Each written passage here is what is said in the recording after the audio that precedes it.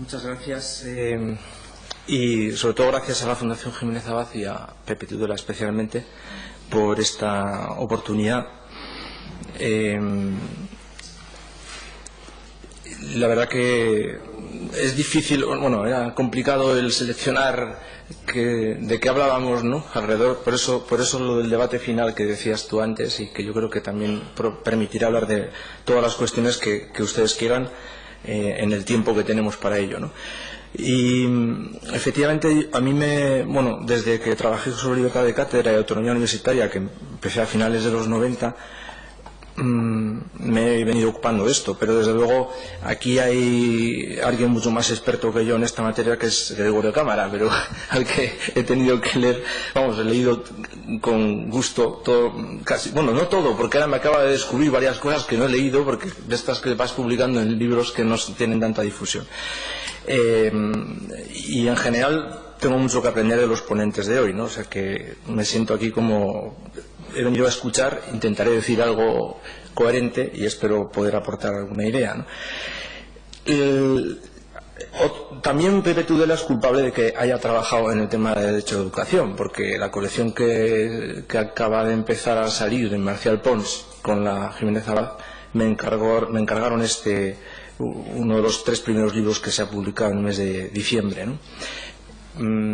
Y aprovechando esa carrerilla le propuse a Antonio Torres hacer algo también en la revista, donde quizá me he explayado un poco más en mis opiniones personales, porque como el mismo Pepe me decía, la colección pretende ser un objeto de debate, pero era como exponer un poco cómo está la cuestión en nuestro país.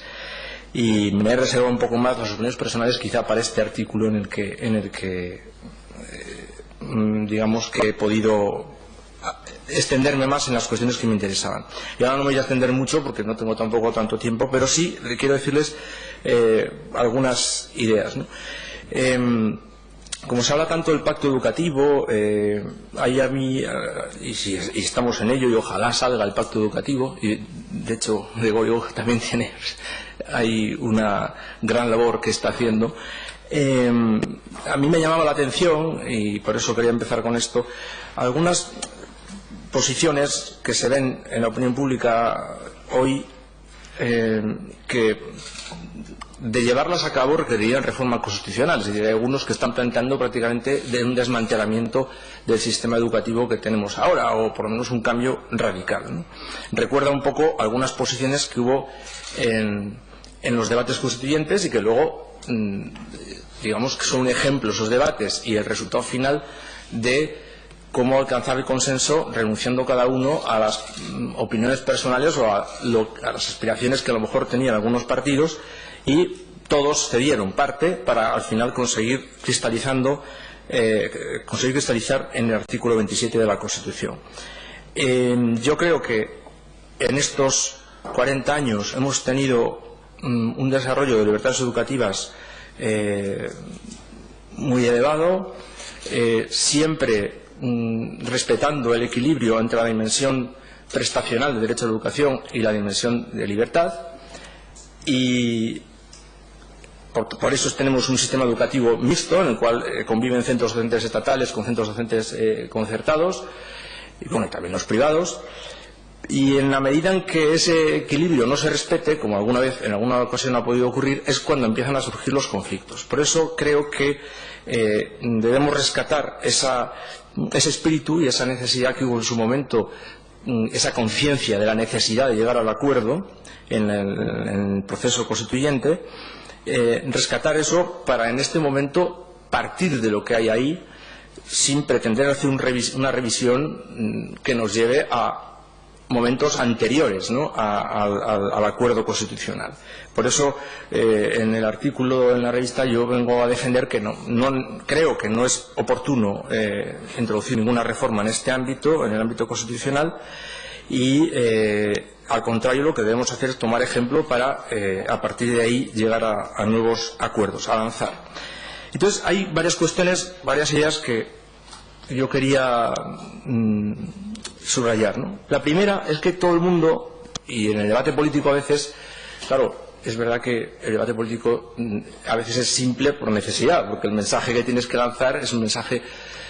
la idea de que cada partido que ha llegado al gobierno ha hecho su ley educativa. Entonces, yo creo que eso hay que desmentirlo. O sea, no ha sido así. Es decir, que es verdad que ha habido reformas de leyes educativas en este país, gracias a que el artículo 27 ha dejado muchas posibilidades abiertas, pero, y no soy yo el que lo dice, sino que ha habido tanto autores como el propio Envi Cirujo y otros muchos. El esqueleto fundamental del sistema educativo no ha variado desde los años 80, desde la LODE y la LOCSE hasta ahora, ¿no? Quizá la ley que más ha avanzado en este sentido es la LOMCE, pero tampoco ha reformado fundamentalmente el sistema educativo. Bueno, veo que hay gente que no está de acuerdo, pero el sistema, en mi opinión, el esqueleto, ya lo decía, Envi Cirujo en concreto lo dice en un artículo en 2004, creo que fue, y ha habido más gente que lo ha sostenido, y yo creo que es verdad. Pues las modificaciones legales y normativas, primero, no han coincidido siempre con cambios de signo político en el gobierno. O sea, muchas de las modificaciones, la mayoría de las que se fueron en los años 80, fueron llevadas a cabo por gobiernos del mismo partido. El Partido Popular, el centro derecha hizo la LOECE con la UCD, pero que era muy específica de estatuto de centros escolares, y luego la LOMCE con el PP, porque la otra ley no llegó a entrar en vigor, como todos sabemos, ¿no?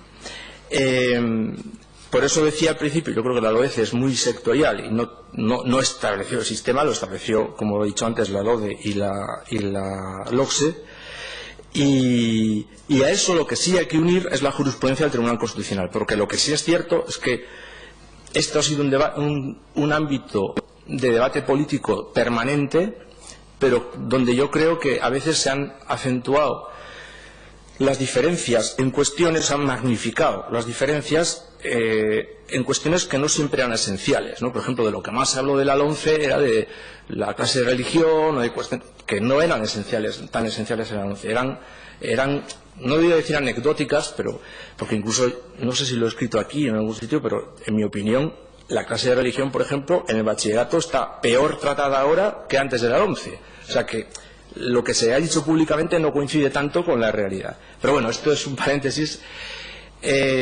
Además de esto, hay que tener en cuenta, como digo, la jurisprudencia del Tribunal Constitucional. ¿Por qué? Porque todas las leyes educativas sí que es verdad que han sido recurridas siempre por el partido de la oposición. Eso es verdad. Y ahora estamos esperando a ver qué pasa con la LOMCE. Y entonces la jurisprudencia del Tribunal es esencial, para poder complementar lo que las propias leyes dicen. Entonces, si tenemos, por un lado, lo del OCSE, fundamentalmente, y por otro lado, la jurisprudencia del Tribunal Constitucional en las sentencias de los años 80, fundamentalmente, en la 5/81, en la 47/85, no lo tengo aquí, pero creo que es la 47/85, y bueno, 2 o 3 sentencias de esa época, con eso tenemos el esqueleto fundamental del sistema educativo.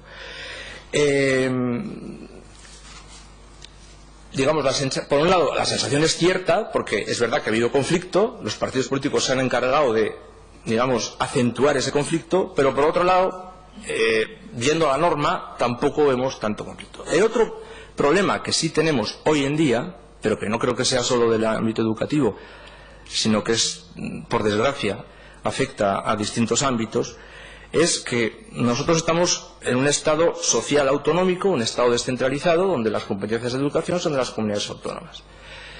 Entonces, es cierto que la eficacia y la garantía de algunos de esos derechos y libertades en el ámbito educativo no son los mismos o no son tan pacíficas en función de quién esté gobernando en cada comunidad autónoma. Ahí sí depende muchas veces el color político del gobierno en cómo interpreta esas leyes. Entonces, esto introduce un factor diversificador que en este momento creo que incluso llega a ser un factor de deslealtad, con la competencia estatal de dictar normativas básicas en el ámbito educativo, como pasa en otros ámbitos. Porque, claro, todo el mundo ha dicho que no va a aplicar la LOMCE, menos las comunidades autónomas en las que gobierna el PP, que también lo han dicho, algunas por lo menos. Sin embargo, uno habla con los que están gestionando y se está aplicando más o menos la LOMCE con algunas, por ejemplo en Valencia, pues es verdad que todo el tema de los centros concertados está siendo muy polémico porque ha habido mucha en la Comunidad Valenciana, en fin, algunos matices en unas comunidades o en otras, ¿no? Claro, yo creo que aquí lo que se requiere por un lado es que realmente el Estado, cuando ejerce su competencia para dictar normativa básica, lo haga con el mayor grado de consenso posible, y es donde nos jugamos mucho en el pacto educativo, y por otro lado que por parte de las comunidades autónomas, aunque gobierne un partido diferente al que esté gobernando en Madrid, haya una mínima lealtad, haya un respeto a esa normativa básica, ¿no? Porque si no, al final llegaremos a desigualdades que afectan a los ciudadanos y que no tienen los mismos derechos y libertades, y hablo de derechos en el sentido prestacional, derecho a educación, libertad en el sentido de libertad de enseñanza, según en qué comunidad autónoma estén. Bueno, esto más o menos es otro de los problemas que también ha dado lugar a esta sensación de permanente conflicto en este ámbito. Entonces, digamos que a mí me parece, antes hablaba del equilibrio del artículo 27, yo creo que es fundamental que tengamos presente esa pluridimensionalidad del derecho a la educación, porque en el momento en que, y que además esa pluridimensionalidad, sobre todo las dos dimensiones, la de libertad y la de prestación, en el momento en que se desequilibre en un sentido o en otro, estamos, digamos, saliéndonos de la senda que nos marca la Constitución en el artículo 27, y estaremos generando conflictos. Y muchos de los conflictos, donde no voy a entrar en ellos porque no tenemos tiempo, y luego si alguien quiere profundizar en el debate, muchos de los conflictos que han surgido en los últimos años son precisamente por perder este punto de vista equilibrado, ¿no? El tema de la educación para la ciudadanía, el tema de la financiación de los centros concertados. En cuanto intentamos imponer nuestro criterio, olvidando lo que los padres constituyentes dijeron, estamos introduciendo un elemento que nos lleva al conflicto. Y yo creo que eso no podemos caer en esa tentación. Bueno, tenemos que saber que este es un terreno que es muy sensible, que siempre hay que actuar con una especial prudencia, y que no podemos negarnos a aceptar la opinión de otro, aunque sea diferente a la nuestra. Y como digo, es un ámbito especialmente sensible al pluralismo, ¿no? O sea, yo creo que nos está marcando la Constitución en muchos artículos, pero en el 27 especialmente, esa necesidad de respeto al pluralismo también en el ámbito educativo.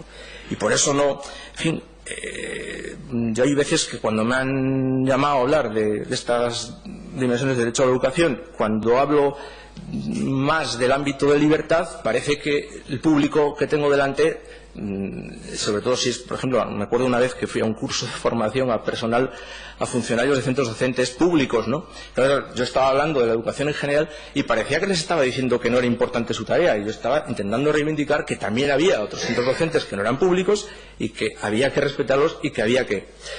Bueno, que no eran públicos, eso es una pelea que tengo terminológica, porque la educación, si no es pública, no es educación, pero bueno, eso es la enseñanza. Entonces, son no estatales, ¿no? Pero bueno, tampoco son privados. ¿Sabes? Yo creo que, aunque se simplifique el mensaje, pero bueno, este es otro debate terminológico que alguna vez he peleado con el profesor Torres de Moral sobre esta cuestión, pero bueno. Entonces, bueno, yo creo que esto es importante tenerlo en la cabeza. Y luego, también... otro elemento del que hablo en el artículo y donde aquí me guío mucho por algunas ideas del profesor Cámara Villar es el papel del 27.2, ¿no? Porque yo creo que en el momento es muy importante el papel del 27.2, pero tanto como decir que eso es un ideario educativo constitucional que se impone al resto del artículo 27 me cuesta aceptarlo. Yo creo que hay que interpretar ese artículo equilibradamente, ¿no? Entonces, es verdad, el artículo 27.2 de la Constitución es un principio rector, es una norma directriz de nuestro sistema educativo, es una especie de cláusula teleológica, como dice Gregorio Cámara, y a la vez es la máxima expresión del consenso básico en la educación que hubo en el año 78, ¿no?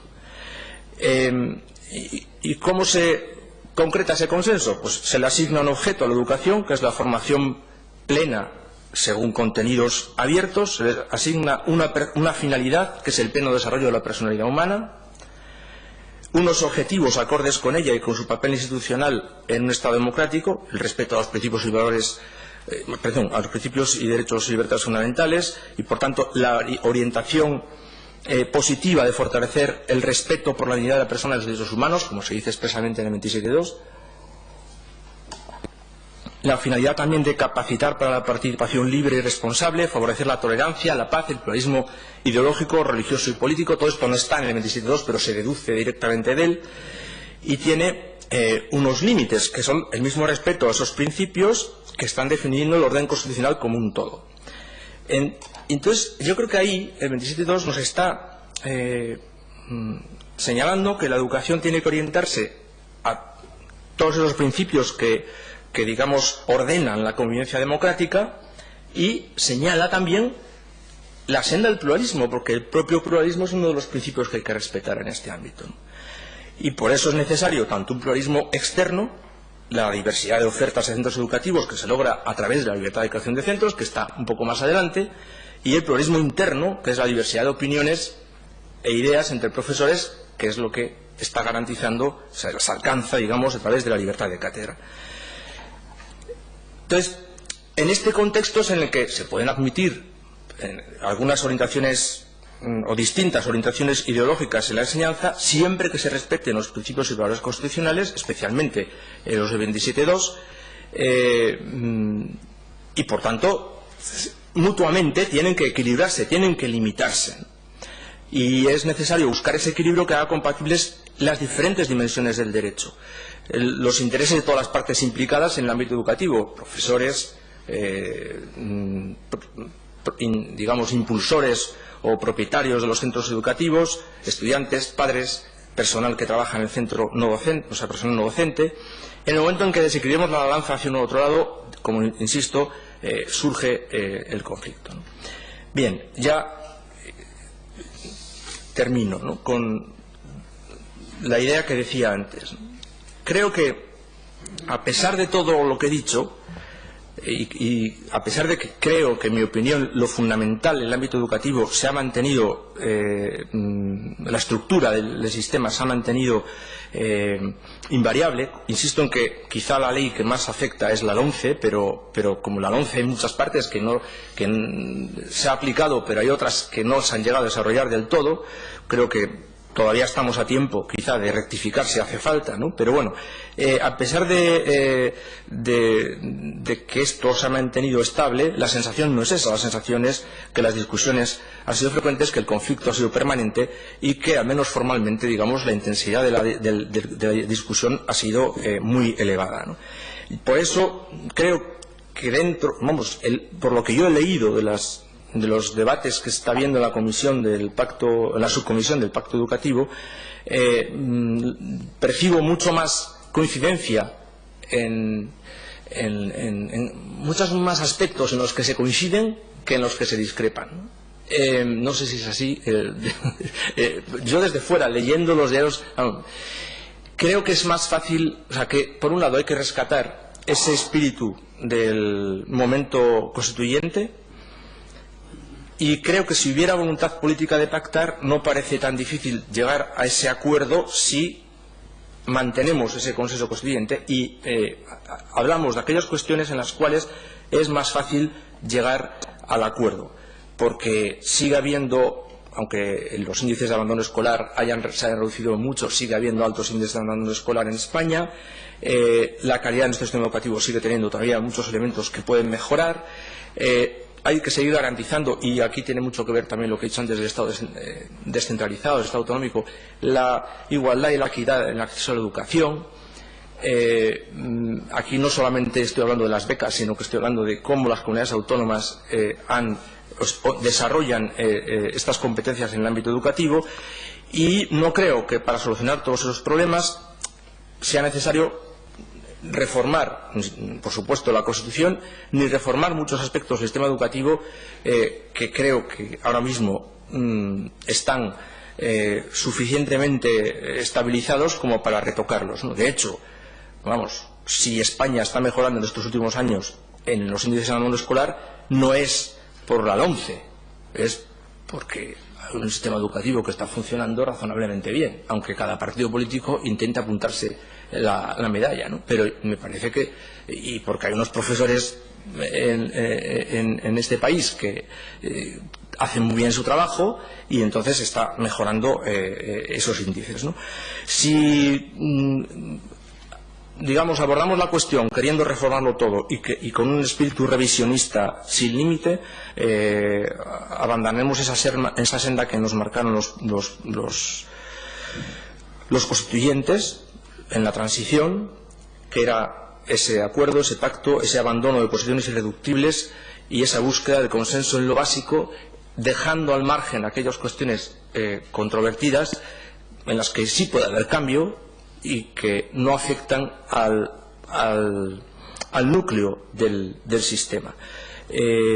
Romper esa línea, como digo, no es lo adecuado y por eso creo que, vamos, yo soy optimista, aunque la otra vez que dije esto públicamente estaba Alfonso Fernández Miranda a mi lado y me dijo que vamos, que él estaba seguro de que no iba a haber pacto, ¿no? Desde el punto de vista de un académico que lo mira desde fuera, aunque haya estado dentro durante un tiempo, creo que sí se podría llevar si se abandonasen esas posiciones irreductibles. Bueno, nada más. Muchas gracias.